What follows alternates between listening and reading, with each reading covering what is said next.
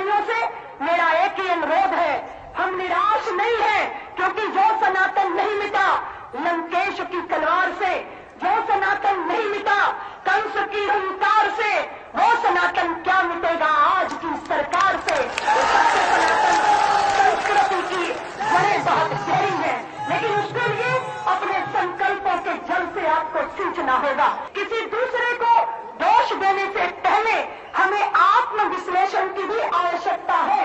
आज अगर हमारी दुर्दशा हुई है तो वो हमारे अपने कारण हुई है। दिल के फफोले जल उठे सीने के दाग से, घर को आग लग गई घर के चिराग से। इसलिए अपने मानसिंह जयचंदी प्रवृत्ति के अपने ही कपूतों से आपको सावधान रहने की जरूरत है।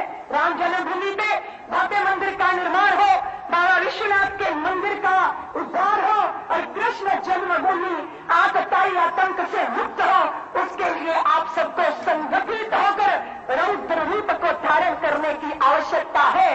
राम जन्मभूमि पे मंदिर के निर्माण के बिना हम कार सेवकों के रक्त के हमेशा ऋणी रहेंगे और उनका ऋण लेकर मृत्यु का निंदन करना हमारे लिए मुश्किल हो जाएगा। तो सरदार वल्लभ भाई पटेल, सुभाष जी, नेताजी जैसी परंपरा और परम पूज्य गुरु जी के उस सत संकल्प को पूरा करने के लिए हिंदू जाति को मेरा इतना ही अनुरोध है कि जातीय भेदभाव से ऊपर उठिए, अपने स्वजन अपने सहोदरों को आलिंगन में बांधिए, किसी विधर्मी के षड्यंत्रों को परवान होने मत दीजिए। अगर पाकिस्तान कहता है कि कश्मीर के बिना पाकिस्तान अधूरा है, तो तुम भी सिंध गर्जना करो कि पाकिस्तान बांग्लादेश के बिना हिंदुस्तान भी अधूरा है। अगर आप इस मंच पर बैठे संतों के हृदय की बात जानना चाहते हो तो वो यही है कि लोकसभा बसंती चोला पहन के जिस दिन आएगी, गली गली मेरे भारत की वृंदावन बन जाएगी।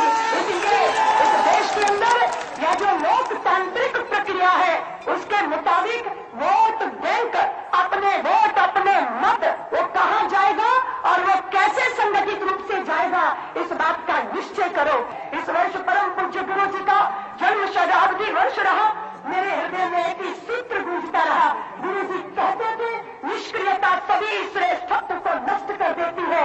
इसलिए सज्जनों, सक्रिय हो देश के लिए, समाज के लिए, राष्ट्रीयता के लिए और भारतीय गौरव की पुनः प्रतिष्ठापना के लिए।